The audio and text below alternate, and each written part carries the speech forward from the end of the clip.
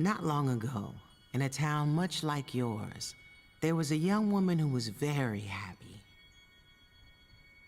Until one day her heart broke so violently that her sorrow echoed through space and time.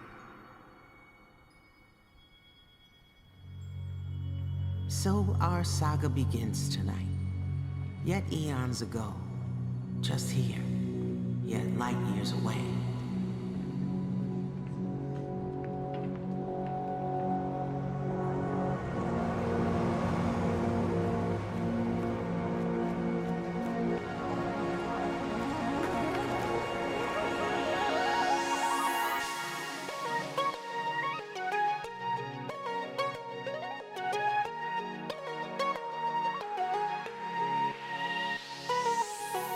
Something's changed, and I didn't know you were slipping away. Everything is strange. Please don't let go. Sleep away the day.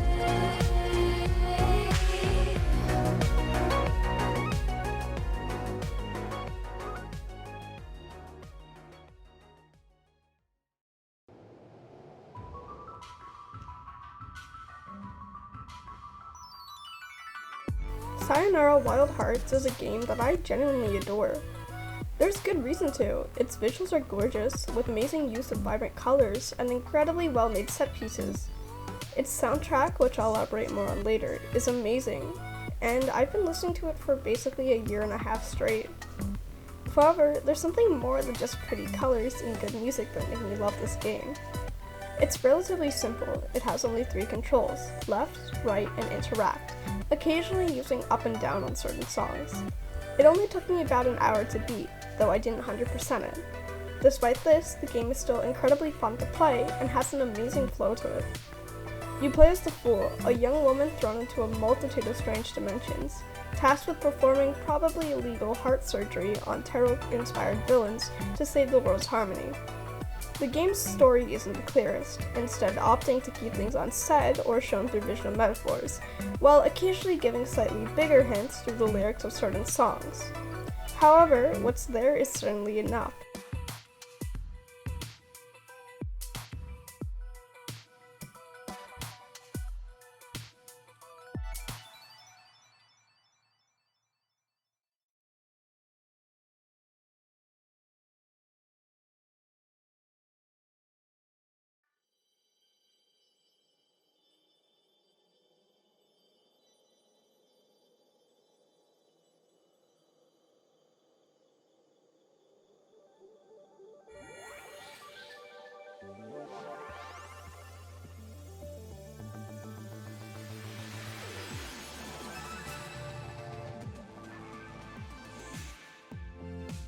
As I mentioned earlier, the main story of Wild Hearts has the Fool beating a bunch of tarot card arcana to death. As you fight the Dancing Devils, Howling Moons, Stereo Lovers, Hermit 64, and Little Death, you play through a story that a lot of people have theorized is about moving on from a relationship's end. The game definitely supports this, with the opening cutscene outright highlighting the Fool's broken heart, and with songs like Mine and Begin Again featuring lyrics about disastrous relationships. Outside of these few examples, the game is extremely cryptic about the story, except that it kinda isn't. It might not make a ton of sense, but the story of the game is experienced through playing it. Wild Hearts falls into the video games are art category for me.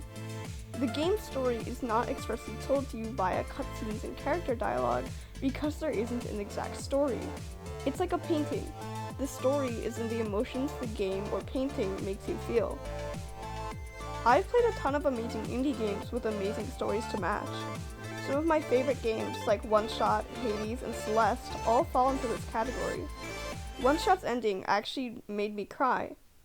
However, Wild Heart's story is evocative in a completely different way. It drags you kicking and screaming through a heartfelt story without you even realizing it. Every little thing in this game is a metaphor, and I mean everything. For example, there's a common theme of the villains breaking roads, and it happens in almost every level. On the surface, this is just a fun little flare of style to the level, There's no depth, it just looks cool. But if you stop and think about it, the broken roads are literally representative of metaphorical roadblocks, with slightly different meanings depending on which group uses them. The Dancing Devils, whose levels are thought to represent the journey of moving on and starting again, break roads to throw you into a freefall, imitating the metaphorical leaps of faith you have to take to heal. The Stereo Lovers, thought to represent an abusive partner, break the road into pieces, possibly representing the obstacles, threats, etc. an abusive partner would use to keep you from moving past them. This sort of subtle storytelling, combined with the grand scale of the set pieces and songs, serves to make a story that is best experienced in one sitting, and preferably through a blind playthrough. When I finished this game for the first time, I literally felt like that one image of that crying cat that says like, "Hold on, give me a minute, please hold on, I'm breaking down, oh dear, give me a minute."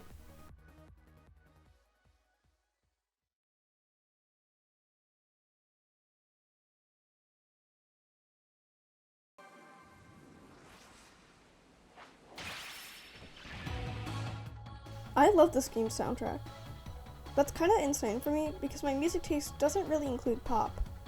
Death metal and punk rock are not exactly in the same group. The closest I get to pop usually is like Mitski. So when the game described itself as a playable pop album, I wasn't really sure I'd enjoy it all that much.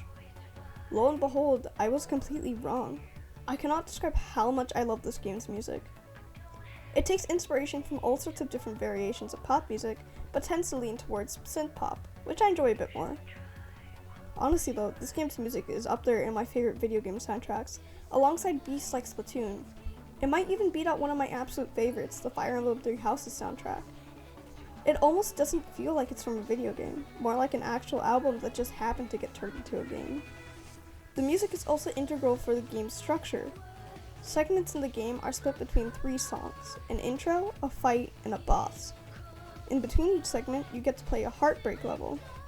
While the regular levels are extremely fast and intense, except for Hermit 64 songs, the heartbreak levels tend to slow things down a bit and tend to have a darker sound than the regular tracks. They're a nice change of pace from the intense vocal tracks that go with the boss levels and flow very nice despite not having extreme depth. The game's music goes hand in hand with the gameplay. Everything just perfectly melds together into a wonderful little medley that makes it impossible to tell if the gameplay was made for the music or if the music was made for the gameplay. The simplicity of the controls absolutely does not hinder the game in the slightest, and I'd actually argue it might be better than having a complicated system of 87 different buttons you have to press to punch death's face in. The game is also incredibly forgiving. If you die, you're reset back to the start of the bit with little fanfare.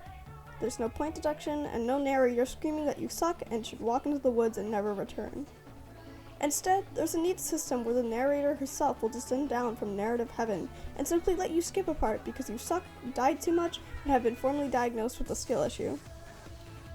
There is, however, one single part that consistently, absolutely beats the life out of me. The only time I gave up and used the please narrator save me thing is this one segment in the final level. I cannot explain why this part is so hard. It shouldn't be. It really shouldn't be. It's just simple dodging. You go in the circle and the eye doesn't get you. Yippee! Isn't God's worst Beyblade just so fun?